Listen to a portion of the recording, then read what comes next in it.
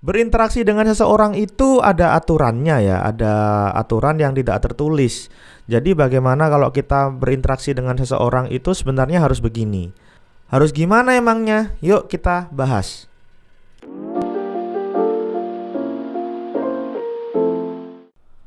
Hai, selamat datang di dalam Makan Angin Podcast di dalam segmen Damput Damplik Podcast. Mohon maaf karena saya jarang upload karena kami ada kesibukan di dunia yang asli gitu, di real life. Ya dari Natal, tahun baru, terus Januari sampai kemarin pesta demokrasi, Valentine dan lain-lain itu kami sibuk sekali di dunia nyata gitu. Jadi saya tidak sempat untuk ngobrol bersama kalian di sini. Jadi kami mohon maaf kalau kalian ini menunggu, bahkan ada yang inbox maki-maki mana konten berikutnya, mana request saya gitu. Saya mohon maaf karena saya belum bisa untuk membahas konten kalian yang kalian requestin. Jadi kami Makan Angin Podcast mohon maaf sebelumnya. Oke. Pembahasan kali ini adalah pembahasan tentang bagaimana kita itu ngobrol sama orang, kita dekat sama orang. Kalau kita dekat sama orang itu gimana biar kita itu tetap dekat sama orang itu, tetap keep in touch sama orang itu. Jadi ada suatu peristiwa yang dimana kita itu kadang ditinggalin temen karena menurut temen kita itu sudah nggak cocok sama mereka, atau mereka ngerasa nggak cocok aja sama kita lama-lama gitu ya. Walaupun prosesnya itu tahunan, diempat-empat terus akhirnya meledak dan ya udah aku nggak mau temenan sama kamu lagi gitu. Ada loh banyak kayak gitu, banyak banget. Saya pernah mengalami di mana saya diceritain ya sama teman SMA waktu kita dulu masih SMA. Ada tuh geng-geng cewek-cewek atau geng-geng cowok-cowok gitu kan. Geng cewek-cewek ini biasa banyak dramanya ya, namanya juga cewek kan, kita tahu lah apa yang nggak drama kalau di cewek. Ada satu cewek itu kala itu curhat sama temennya karena dia dianggap ember gitu ya sama temennya.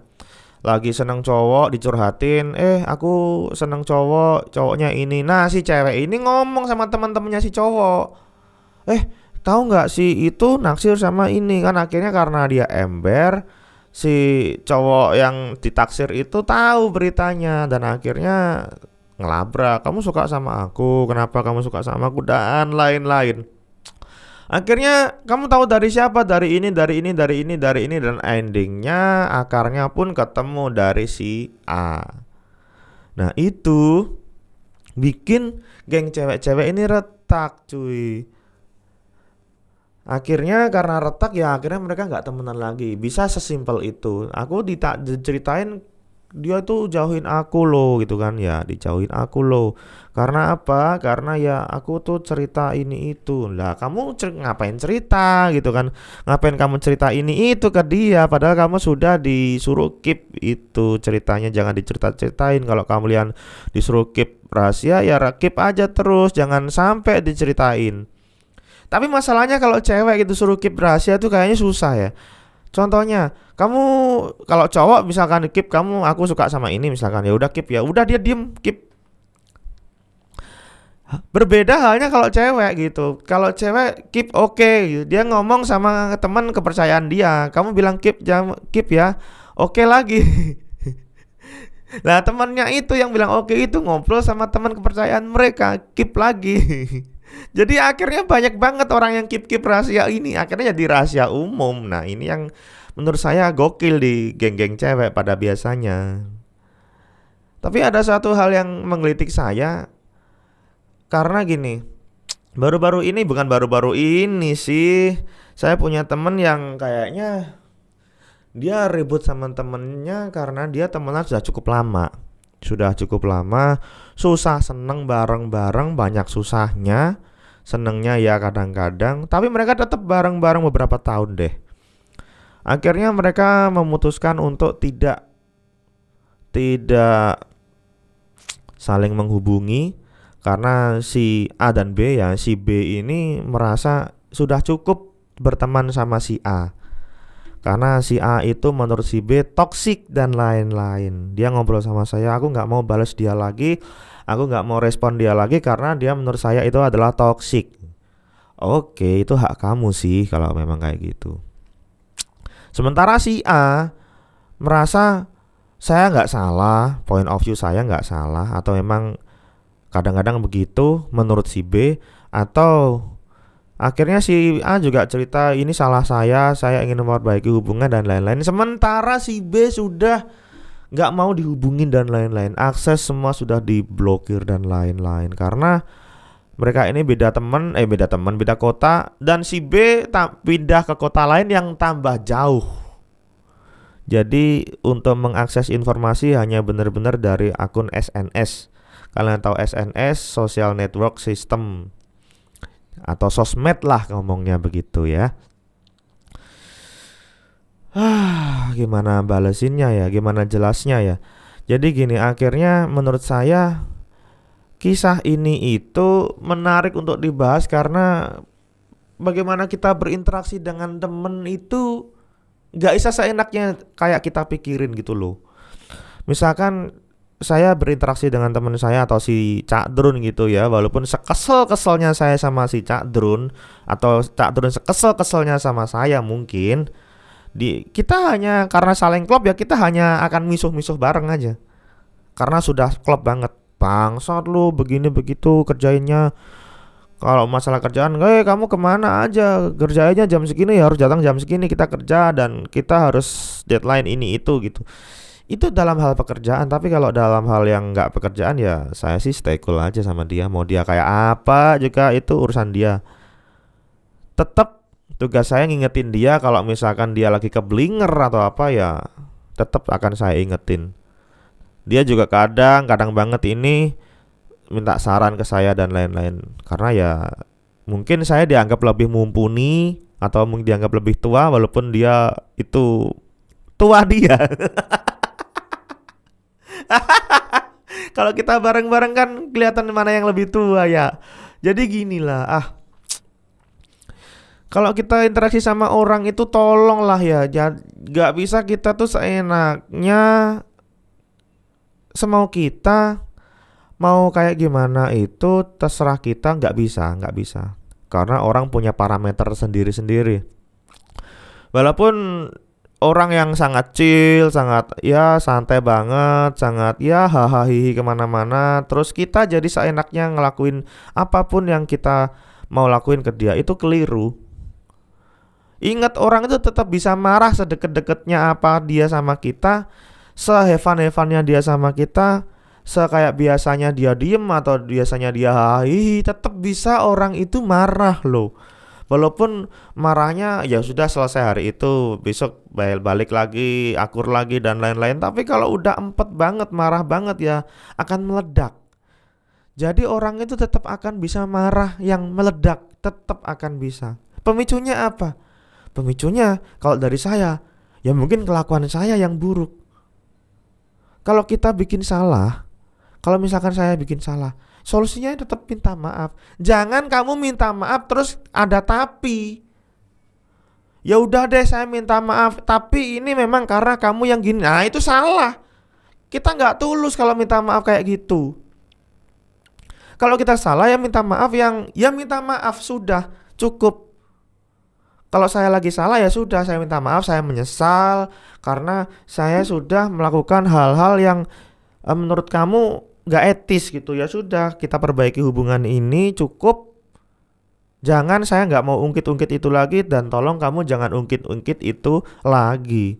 Gitu dong harusnya. Itu namanya restorasi, itu namanya ya pemulihan. Jadi pemulihan hubungan itu harapannya adalah kita nggak ngungkit-ngungkit yang kemarin-kemarin gitu loh. Jadi kalau kita itu selalu ya udah aku minta maaf tapi karena kamu gini deh. Lah itu atau yang satunya juga gitu.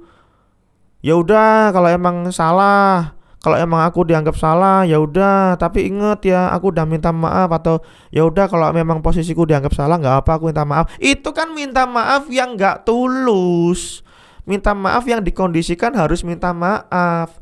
Ya udah untuk formalitas aja, tapi dalam hati kesel masing-masing disimpan masing-masing.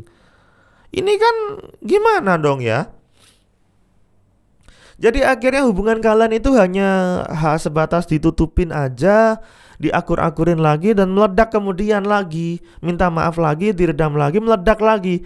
Dan kalau kayak gitu, itu gak ada ketulusan, gak ada keikhlasan untuk meminta maaf dan memaafkan, akhirnya meledak lagi.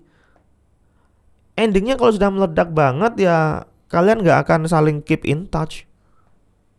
Itu sih yang bahaya dari sebuah pertemanan atau hubungan apapun deh.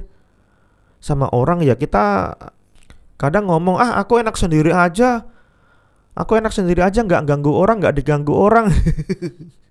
Kita tuh makhluk sosial loh, butuh temen buat ngobrol. Introvertnya orang itu tetap dia akan punya temen yang sama-sama introvert atau sama-sama cocok sama dia gitu. Jadi tetap aja introvertnya orang tetap punya temen atau punya 1-2 orang yang dia itu bisa asik sama orang itu. Gak mungkin orang itu sendiri dan sendiri selamanya sendiri, gak mungkin, gak akan bisa. Tetap butuh orang. Itulah kenapa ada fenomena yang namanya flip side atau anonim atau akun kedua, sosmed Twitter atau Instagram dan lain-lain dengan segala settingan privasinya. Jadi kalian itu mau gak tahu diketahuin orang lain dan lain-lain, itu flip side atau close friend atau yang lain-lain lah. Itu ada memang untuk fitur-fitur biar kamu gak diketahui teman kamu kalau jadi orang lain gitu. Tapi gini loh ya, aduh, kadang-kadang orang itu ya memang butuh menjadi seseorang lain di internet. Tapi jangan selamanya kamu jadi orang lain terus. Kamu tetap harus bisa jadi dirimu sendiri. Gimana biar tetap jadi diri sendiri? Caranya kalau lagi ada problem diselesain yang benar-benar selesai.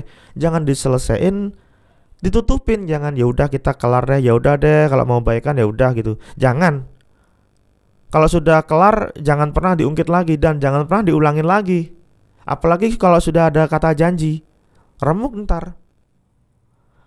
Kayak temen aku ini yang SMA ini, akhirnya kan mereka ribut kan ya, kamu nih ember mulutnya, lu lonte misalnya. kan biasa kan orang ngelok kalau olok-olokan kayak gitu, lonte lu. Mulutnya mulut lonte kan. Emang mulut lonte seember apa sih? Aku nggak pernah ketemu lonte soalnya. Tidak pernah ngobrol sama lonte yang asli, jadi saya nggak tahu lonte seember apa. Jadi ya kalau kita lagi ngobrol sama orang itu, kalau lagi berhubungan sama orang itu benar-benar perhatikan attitude ya. Karena attitude itu benar-benar menentukan siapa yang mau kita ngajak obrol, mau kita ngobrolnya gimana sama orang itu. Karena attitude itu biasanya dari derajat sosial orang yang kita ajak obrol deh. Gak mungkin kan kalau kita ngomong sama guru terus kita ngomongnya ngawur. Kecuali Gen Z sih, Gen Z emang bajingan sih orang-orangnya, gak tahu tata krama dan lain-lain. Itu Gen Z. Tapi saya percaya kalau Gen Z diajar dengan benar-benar yang strict itu, dia akan paham kok sosial itu gimana batasannya, gimana aturannya, normanya gimana, aku tetap paham kok. Jadi tetap aja yang namanya Gen Z, sebangsat-bangsatnya Gen Z ya, tetap saya itu tidak akan memaklumi.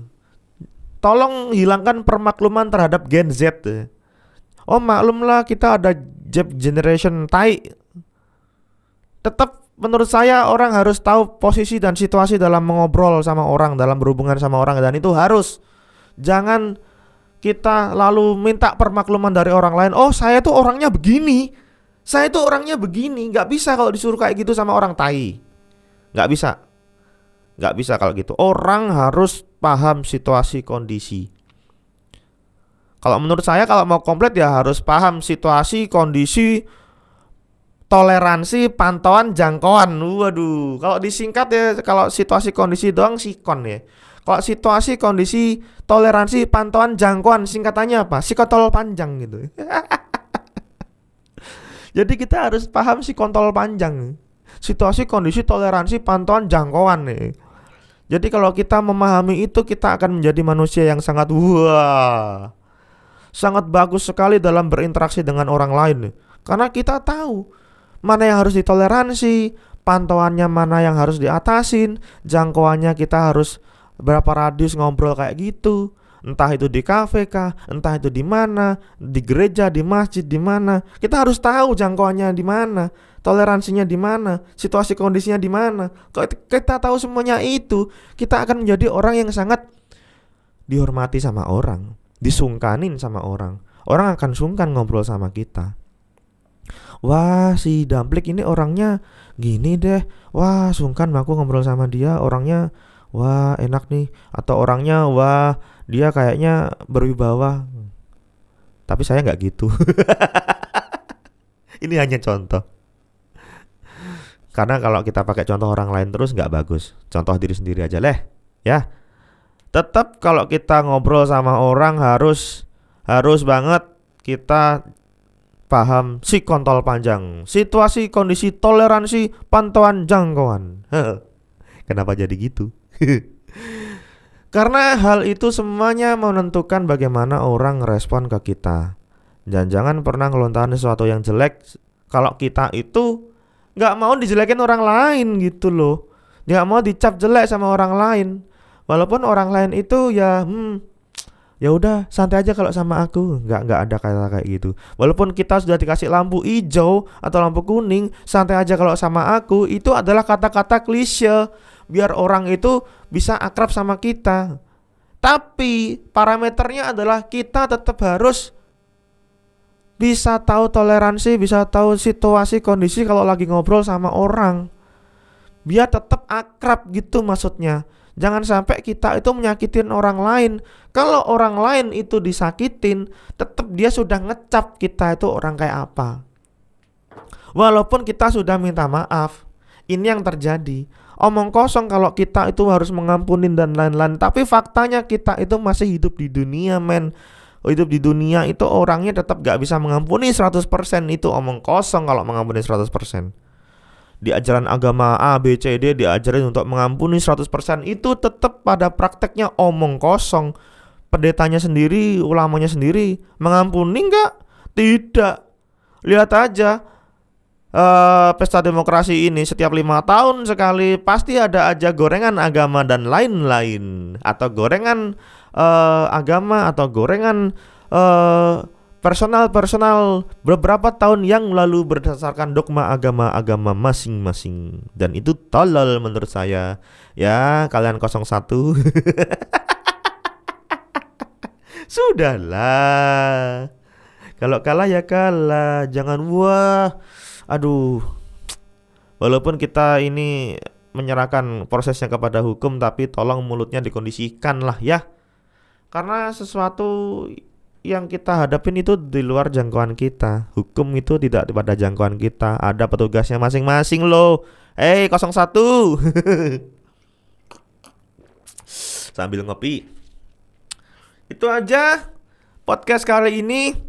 Tetap kita harus paham si kontol panjang. Apa itu si kontol panjang? Saya ulangi, situasi, kondisi, toleransi, pantauan, jangkauan.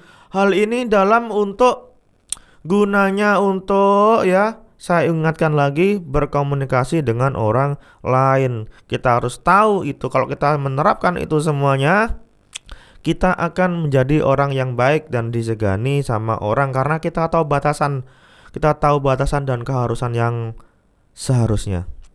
Itu saja, saya Damplik, Damput, Makan Angin Podcast, out.